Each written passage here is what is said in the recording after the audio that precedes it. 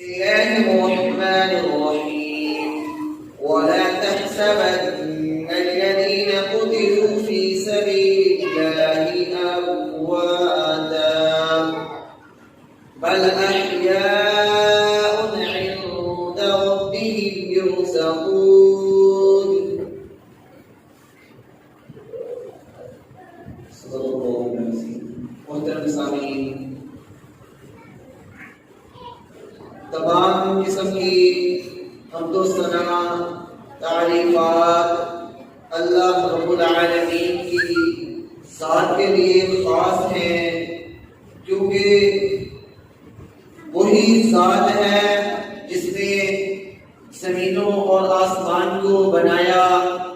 اور پھر آسمان پر مستوی ہو گیا۔ وہی اللہ تبارک و تعالی ہے کہ جس نے جنوں اور انسانوں کو پیدا فرمایا اور پیدا فرمانے کا مقصد بھی بتا دیا، وَمَا خَلَقْتُ الْجِنَّ وَالْإِنسَ إِلَّا لِيَعْبُدُونَ، کہ میں نے جنوں اور انسانوں کو صرف اور صرف اپنی عبادت کے لیے پیدا کیا ہے۔ اور بے شمار درود و سلام اس ذات اقدس پر کہ جن کا نام نامی اور اسم گرامی محمد مصطفیٰ صلی اللہ علیہ وسلم ہے۔ آج ہم جس موضوع پر بات کریں گے وہ آپ صلی اللہ علیہ وسلم کے دوہرے داماد جن کو ذکرین بھی کہا جاتا ہے، جن کا نام حضرت عثمان رضی اللہ تعالی عنہ ہے۔ آج ہم ان کی مظلومانہ شہادت پر بات کریں گے کہ کس طرح ظالموں نے انہیں 18 ذوالحجہ کو بڑی بے دردی سے شہید کر دیا، اور انہوں نے اپنے خلاف کسی قسم کی مزاحمت نہیں کی، مدینہ کے اندر فتنے کو برپا نہ ہونے دیا، بلکہ رسول اللہ صلی اللہ علیہ وسلم نے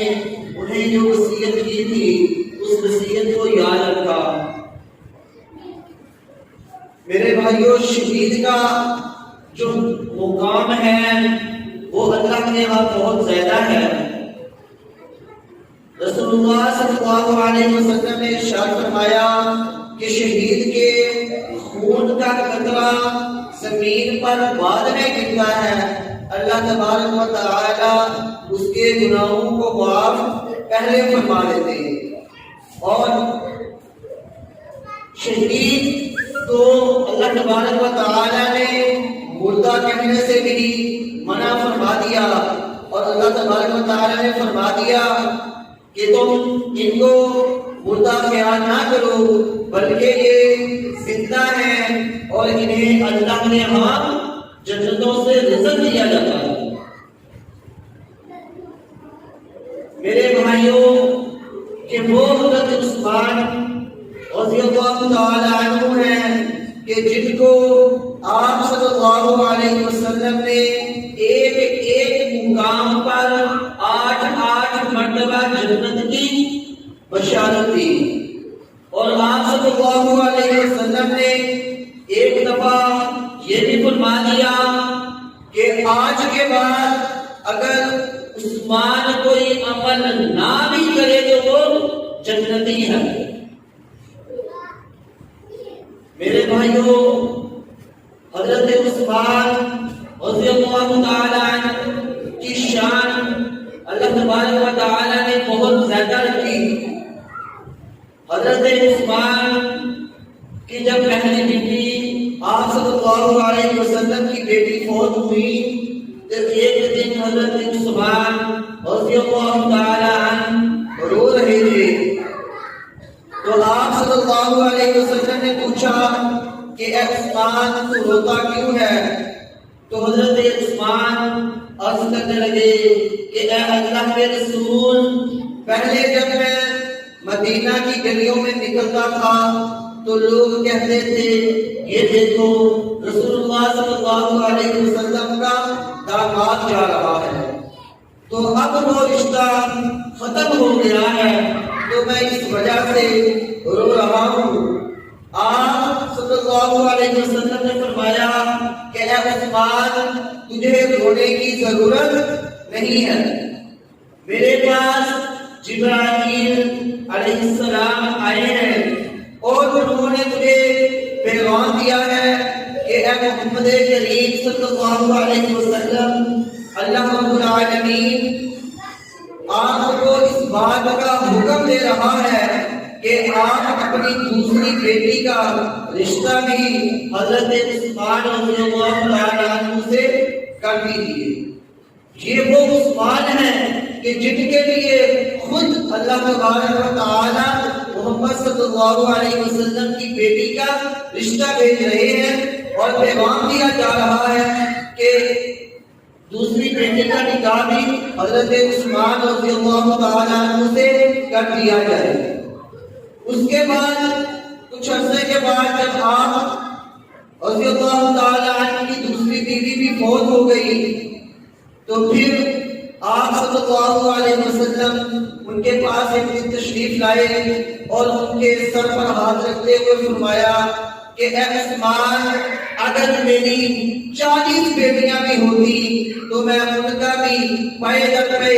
وہ فوت ہوتی جاتی تو ایک کے بعد ایک کا میں تم سے نکاح کرتا جاتا۔ اللہ اکبر! یہ کسی امتی کے نصیب میں نہیں آیا کہ وہ کسی نبی کا دوہرا داماد بنا ہو۔ یہ حضرت عثمان رضی اللہ تعالی عنہ کی حصہ میں آیا اور وہ آپ صلی اللہ علیہ وسلم کے دوہرے داماد بنے۔ اللہ تبارک و تعالیٰ کے ہاں جب کوئی شہید ہوتا ہے، چاہے وہ مظلومانہ طریقے سے شہید ہو یا وہ علم کی خاطر نکلا ہوا شہید ہو یا وہ جہاد کے لیے نکلا ہوا شہید ہو، تو اللہ تبارک و تعالیٰ اسے وہی اجر دیتے ہیں جو ایک شہید کا۔ حضرت عثمان رضی اللہ تعالی عنہ آپ صلی اللہ علیہ وسلم کے بعد جب تیسرے خلیفہ بنتے ہیں تو آپ رضی اللہ تعالی عنہ ایک دفعہ خطبہ ارشاد فرما رہے ہیں، جمعہ کا خطبہ دے رہے ہیں، تو آپ کے اوپر پھول نہیں پھینکے جا رہے، آپ کے اوپر پیسوں کی بچھاڑ نہیں ہو رہی، بلکہ آپ رضی اللہ تعالیٰ عنہ کے اوپر باغی پتھروں کی برسات کر رہے ہیں۔ ایک باغی اٹھتا ہے اور آپ رضی اللہ تعالیٰ عنہ کے ہاتھ سے عصا کو لے کر اسے توڑ دیتا ہے اور کہتا ہے کہ اے عثمان، نیچے اتر جا، ہمیں تیرے خطبے کی ضرورت نہیں۔ اسلامی ریاست کے اندر جو وہاں کا امیر ہوتا ہے، جو وہاں کا ولی عہد ہوتا ہے، خلیفہ ہوتا ہے، وہی خطبہ بھی دیتا ہے، وہی جنازے بھی لوگوں کے پڑھاتا ہے اور وہی لوگوں کی امامت بھی کرواتا ہے۔ تو ایک باغی نے آپ رضی اللہ تعالیٰ عنہ کے ہاتھ سے عصا لے کر توڑ دیا، حتیٰ کہ وہ عصا آپ صلی اللہ علیہ وسلم نے استعمال کیا۔ آپ کے بعد حضرت عمر فاروق، حضرت ابوبکر صدیق اور حضرت عثمان رضی اللہ تعالیٰ عنہ نے بھی 12 سال تک استعمال کیا، لیکن اس بدبخت نے وہ عصا توڑ دیا اور اسے آپ رضی اللہ تعالیٰ عنہ کو اسی مسجد سے نکال دیا کہ جس کی وسعت کے لیے جب زمین کی ضرورت پڑی تو حضرت عثمان رضی اللہ تعالیٰ عنہ نے زمین خرید کر دی کہ اس مسجد کو وسیع کر دیا جائے۔ حضرت عثمان رضی اللہ تعالیٰ عنہ کے دور میں جتنی ترقی ہوئی شاید ہی کسی خلیفہ کے دور میں ہوئی۔ آپ کے دور میں اسلام افریقہ تک پھیل گیا اور آپ کے جو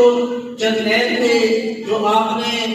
دین کی تبلیغ کے لیے اور جہاد کے لیے مقرر کیے تھے، انہوں نے کہا کہ اگر ہمیں اے اللہ اگر ہمیں پتا ہو کہ اس سمندر سے آگے بھی دنیا رہتی ہے تو ہم اس سمندر کو پار کر کے آگے بھی تیرے دین کی اشاعت کے لیے نکل جائیں گے۔ وہ عثمان مظلومانہ طریقے سے شہید کر دیے گئے کہ جو ہر جمعہ کو ایک غلام آزاد کیا کرتے تھے۔ آپ جس جمعہ کو غلام آزاد نہ کر پاتے، اگلے جمعہ کو اس کی جگہ پہ 2 غلام آزاد کرتے، ایک پچھلے جمعے والا اور ایک اس دن والا۔ وہ عثمان جب فوت ہوئے تو وہ 40 دنوں سے فاقے کی حالت میں تھے۔ بعض روایات میں 39 آتا ہے اور بعض میں 40۔ جب 11 دن تک آپ کا پانی اور کھانا پینا بند کر دیا گیا تو پھر آپ رضی اللہ تعالی عنہ اپنے چوبارے کے اوپر آئے اور آ کر آواز دی کہ کیا تم میں حضرت علی ہے، کیا تم میں فلاں صحابی ہے؟ تو جب حضرت علی رضی اللہ تعالی عنہ پہنچے تو حضرت عثمان نے کہا کہ اے علی 11 دن ہو گئے ہیں اور میرا پانی بند ہے۔ تو حضرت علی رضی اللہ تعالی عنہ پانی لینے کے لیے بئر روما، جو کہ حضرت عثمان کا ہی خریدا ہوا کنواں تھا، ایک انسان کا اپنا خریدا ہوا کنواں ہو اور اسے کوئی پانی نہ دے، یہ ظلم کی انتہا ہے۔ حضرت علی نے پانی کا کشکیزہ بھرا اور حضرت عثمان کے گھر کی طرف چل دیے۔ جب راستے میں باغیوں کو پتا چلا کہ حضرت علی پانی کا کشکیزہ لے کر آ رہے ہیں تو وہ حضرت علی کے راستے میں پہنچ گئے اور اس کشکیزے کو اس کے اندر تلواریں مار کے اسے توڑ ڈالا اور اسے کاٹ دیا اور آگ تک پانی نہ پہنچنے دیا۔ جب مسلمانوں کو مدینے میں آئے تو وہاں پر ایک یہودی کا کنواں تھا، بئر روما جس کا نام ہے، وہ اس کنویں سے مسلمانوں کو مہنگا پانی فروخت کیا کرتا تھا۔ تو حضرت محمد صلی اللہ علیہ وسلم نے صحابہ کرام سے فرمایا کہ چندہ اکٹھا کرو، ہم ایک دن کے لیے پانی خرید لیتے ہیں اور اس دن خوب پانی بھر لیا کریں گے۔ تو حضرت عثمان رضی اللہ تعالی عنہ نے فرمایا کہ اللہ کے رسول آپ فکر نہ کریں، بس دعا کریں، میں انشاءاللہ اس کے لیے کچھ انتظام کرتا ہوں۔ حضرت عثمان گئے اس یہودی کے پاس اور اسے کہا کہ تم بھی تاجر ہو، میں بھی تاجر ہوں، ایسا کرتے ہیں کہ تم یہ کنواں آدھا مجھے دے دو کہ ایک دن اسے میں استعمال کیا کروں اور ایک دن تم پانی بیچ دیا کرو۔ آخر سودا کرتے کرتے 35,000 درہم کے اندر سودا ان کا مکمل ہوا، طے بات پا گئی۔ تو حضرت عثمان نے وہ کنواں خریدا اور آ کر فرمایا کہ اللہ کے رسول ایک دن کے لیے کنواں خرید لیا گیا ہے کہ ایک دن ہماری باری ہوگی اور ایک دن اس یہودی کی باری ہوگی، تو جس دن ہماری باری ہو تو آپ مسلمانوں سے فرما دیجیے، کہہ دیجیے کہ وہ اتنا پانی بھر لیں کہ دوسرے دن پانی بھرنے کی ضرورت ہی پیش نہ آئے۔ تو آپ صلی اللہ علیہ وسلم نے اس کے لیے بھی جنت کا اعلان کیا تھا کہ جو کنواں خریدے گا میں محمد صلی اللہ علیہ وسلم سے جنت کی ضمانت دیتا ہوں۔ اس کے بعد حضرت ابوبکر صدیق کے دور میں جب قحط سالی پڑی تو حضرت عثمان رضی اللہ تعالی عنہ کے 1000 اونٹ تھے جو گلے سے بھرے ہوئے آ رہے تھے۔ تو مدینہ کے تاجروں نے باہر نکل کر سوچا کہ ہم حضرت عثمان کے ساتھ معاملات طے کر لیتے ہیں اور سارے کا سارا غلہ خرید لیتے ہیں۔ آج بھی ہم میں ایسے لوگ ہوتے ہیں جو مخلوق خدا کو تنگ کرتے ہیں، غلے کو خرید کر ذخیرہ کر لیتے ہیں اور پھر اسے مہنگے داموں فروخت کرتے ہیں۔ تو ان تاجروں نے حضرت عثمان سے جب جا کر بات کی تو آپ نے فرمایا کہ تم مجھے کتنا دو گے؟ انہوں نے کہا ہم 10 کے 12 دے دیں گے، پھر 10 کے 14، پھر 10 کے 16، پھر 10 کے 18 میں بات پہنچی تو حضرت عثمان نے کہا نہیں، میں اس سے بھی زیادہ منافع کا سودا کرنا چاہتا ہوں۔ تو انہوں نے کہا اچھا پھر ہم بھی دیکھتے ہیں کہ مدینے میں ہم سے بڑا کون سا تاجر ہے جو تمہیں ہم سے زیادہ فائدہ پہنچائے۔ تو آپ نے جب مدینے کے اندر اونٹ پہنچے تو آپ نے اعلان کر دیا کہ غریب اور نادر لوگ جتنا بھی غلہ لے جانا چاہیں اپنے استعمال کے لیے یہاں سے آ کر خریدنے لے جا سکتے ہیں۔ تو پھر ان تاجروں نے کہا واقعہ ہی تم نے 1 کے 70 کا سودا کیا ہے، کہ 1 روپے کی جگہ 70 روپے خرید لیے ہیں، صحیح سودا کیا ہے۔ یہ حضرت عثمان تھے کہ جب اپنے اونٹوں کو اللہ کے 1000 کے 1000 اونٹ اللہ کے راہ میں خرچ کر دیے۔ حضرت عبداللہ بن عباس رضی اللہ تعالیٰ عنہ فرماتے ہیں کہ جب رات پڑ گئی تو میں نے خواب دیکھا کہ اللہ کے رسول ایک خوبصورت گھوڑے پر سوار ہیں اور آپ کے ہاتھ میں ایک بہت ہی خوبصورت چھڑی ہے۔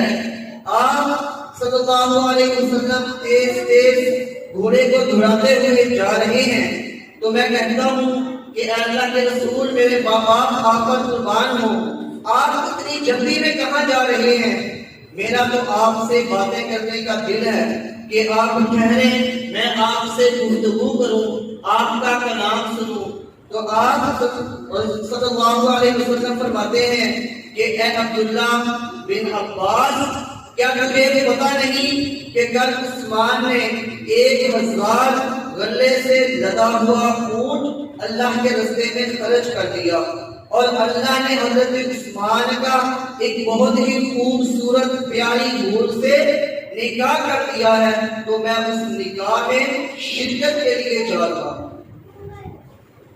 یہ حضرت عثمان ہے کہ جن دنیا میں زندہ ہوتے ہوئے اللہ تبارک و تعالی نے ان کا جنت میں حوروں سے نکاح کر دیا۔ حضرت عثمان فرماتے ہیں اے بھائیو، کیا کنواں میں نے نہیں خریدا تھا جو تم اس کا پانی مجھ تک نہیں پہنچنے دے رہے؟ کیا میں نے مسجد کے لیے جگہ نہ خریدی تھی کہ تم مجھے وہاں پر نمازیں ادا کرنے کی اجازت نہیں دیتے؟ آپ صلی اللہ علیہ وسلم نے فرمایا کہ اے عثمان، اللہ تجھ سے راضی ہے اور تو بھی اللہ سے راضی ہو جا۔ جامع ترمذی میں لکھا ہے کہ ایک شخص مدینے کے اندر فوت ہو گیا تو صحابہ کرام نے کہا کہ اللہ کے رسول ایک جنازہ ہے، آپ نے اس کو پڑھانا ہے۔ تو آپ صلی اللہ علیہ وسلم نے فرمایا ٹھیک ہے، جاؤ تم انتظامات کرو، جب جنازے کا ٹائم ہو تو مجھے بلا لینا۔ جب جنازے کا ٹائم ہوا اور صحابہ کرام نے آپ کو بلایا، آپ گئے تو آپ نے پوچھا یہ کون ہے؟ بتلایا گیا کہ یہ فلاں قبیلے کا فلاں شام کا شخص ہے جو فوت ہوا ہے۔ تو آپ صلی اللہ علیہ وسلم نے فرمایا کہ اسے لے جاؤ، میں محمد صلی اللہ علیہ وسلم اس کا جنازہ نہیں پڑھاؤں گا۔ آپ صلی اللہ علیہ وسلم نے فرمایا کہ یہ میرے عثمان کو برا بھلا کہا کرتا تھا، میں اس وجہ سے اس کا جنازہ نہیں پڑھاؤں گا۔ صحابہ کرام نے فرمایا کہ اللہ کے رسول آپ تو ایک منافق کا جنازہ بھی پڑھانے کے لیے تیار ہو گئے، اور آپ نے کہا کہ اگر مجھے یقین ہو کہ 72 مرتبہ استغفار کرنے سے منافقین کے سردار کو معاف کر دیا جائے گا تو میں 72 دفعہ اس کے لیے استغفار کروں۔ اللہ تبارک و تعالیٰ نے آپ صلی اللہ علیہ وسلم کو فرما دیا کہ چاہے آپ 70 مرتبہ ہی استغفار کریں اللہ اسے نہیں بخشے گا۔ تو آپ صلی اللہ علیہ وسلم نے فرمایا کہ اگر مجھے یقین ہو کہ 72 مرتبہ استغفار کرنے سے اسے بخش دیا جائے گا تو میں 72 مرتبہ اسے کر کے استغفار کروں۔ لیکن حضرت عثمان رضی اللہ تعالی عنہ کو برا بھلا کہنے والے شخص کا آپ نے جنازہ بھی پڑھانا پسند نہیں۔ تو حضرت عثمان نے فرمایا کہ میں نے خواب میں آپ صلی اللہ علیہ وسلم کو دیکھا ہے، تو آپ صلی اللہ علیہ وسلم نے فرمایا ہے کہ اے عثمان آج کا روزہ تم روزہ کھولنے کے لیے تم میرے مہمان ہو۔ تو پھر حضرت عثمان رضی اللہ تعالی عنہ قرآن پڑھ رہے تھے کہ باغیوں نے آپ پر حملہ کر دیا، اور آپ قرآن کی ان آیات کی تلاوت کر رہے تھے فَإِنْ آمَنُوا بِمِثْلِ مَا آمَنْتُمْ بِهِ فَقَدِ اهْتَدَوْا۔ تو 4 باغی آپ کے گھر کے بیک سائڈ سے، کیونکہ آپ کے گھر کا پہلا دینے والے تو حضرت حسن و حسین رضی اللہ تعالیٰ عنہ تھے، جو اپنے خالوں کے گھر کا پہلا دے رہے تھے۔ تو باغیوں نے جب سامنے سے آنے کی جرات نہ کی تو وہ گھر کی بیک سائڈ سے چڑھ آئے، اور ایک باغی نے آپ رضی اللہ تعالیٰ عنہ کی جب گاڑی کو پکڑا تو آپ نے فرمایا کہ تیرا باپ تو اس چہرے کی بڑی عزت کیا کرتا تھا۔ تو ان باغیوں نے آپ کے پیٹ میں خنجر مارے اور آپ کو شہید کر دیا، اور آپ کا دفاع کرتے ہوئے آپ کی بیوی حضرت نائلہ رضی اللہ تعالیٰ عنہ کی 4 انگلیاں بھی کٹ گئی، اور آپ ایسے شہید ہوئے کہ آپ نے نہ تو ان سے لڑنے کے لیے جنگ کا انتظام کیا، حتیٰ کہ آپ کو مصر کے گورنر نے یہ پیغام بھیجا تھا کہ اگر آپ کا حکم ہو تو ہم جنگ کرنے کے لیے تیار ہیں۔ لیکن آپ نے صرف اس وجہ سے کہ آپ صلی اللہ علیہ وسلم نے آپ کو فرمایا تھا کہ اے عثمان اللہ تبارک و تعالیٰ تجھے ایک چادر پہنائیں گے تو لوگ اتارنے کی کوشش کریں گے، اس چادر کو تو نہ اتارنا اور مدینے کے اندر فساد برپا نہ کرنا۔ تو آپ رضی اللہ تعالیٰ عنہ نے مدینے کے اندر لڑائی کرنا مناسب نہ سمجھا، حتیٰ کہ حضرت حسن و حسین، حضرت عبداللہ بن زبیر اور حضرت عبداللہ بن عباس اور ایسے حضرت علی، بہت سارے صحابہ کرام ایسے تھے جو آپ کی خاطر کٹ مرنے کے لیے تیار بیٹھے تھے، لیکن آپ نے انہیں منع کر دیا اور کہہ دیا کہ میں نہیں چاہتا کہ مدینہ کے اندر کوئی لڑائی جھگڑا ہو، کوئی خون ریزی ہو۔ جب آپ کو نیچے مسجد میں اتارا گیا خطبہ دیتے ہوئے، آپ کے اوپر پتھروں کی بارش کی گئی، تو تب آپ کو جب ہوش آیا تو آپ نے پہلا سوال یہی کیا کہ کیا مسلمانوں کے اندر مدینہ میں فساد تو برپا نہیں ہوا؟ آپ کو مدینے کی اتنی فکر تھی۔ جب آپ فوت ہوئے تو آپ کے ہاں صرف ایک اونٹ باندھا ہوا تھا، اور آپ نے فرمایا کہ اے اللہ یہ اونٹ میں نے اس لیے رکھا ہوا ہے تاکہ میں تیرے گھر مکہ المکرمہ جا کر زیارت کر سکوں، اور حج کے لیے یہ میں نے اونٹ رکھا ہوا ہے۔ جس دن آپ کو شہید کیا گیا تو آپ نے اپنی بیوی سے یہ بھی فرما دیا کہ آج جب آپ نے خواب دیکھا، خواب کے اندر آپ صلی اللہ علیہ وسلم نے افطاری کی دعوت دی، تو آپ نے اپنی بیوی کو کیا فرما دیا کہ آج مجھے پجامہ پہنا دو تاکہ جب باغی مجھے شہید کریں تو کہیں میری شرمگاہ ننگی نہ ہو جائے۔ آپ اتنے زیادہ شرم و حیا والے تھے کہ فرشتے بھی آپ رضی اللہ تعالیٰ عنہ سے حیا کرتے تھے۔ اللہ تبارک و تعالیٰ آپ کے درجات بلند فرمائے، اور آپ رضی اللہ تعالیٰ عنہ کے نقش قدم پر ہم سب کو چلنے کی توفیق عطا فرمائے۔ ہم واقعی دعوانا الحمدللہ۔ رب العالمین.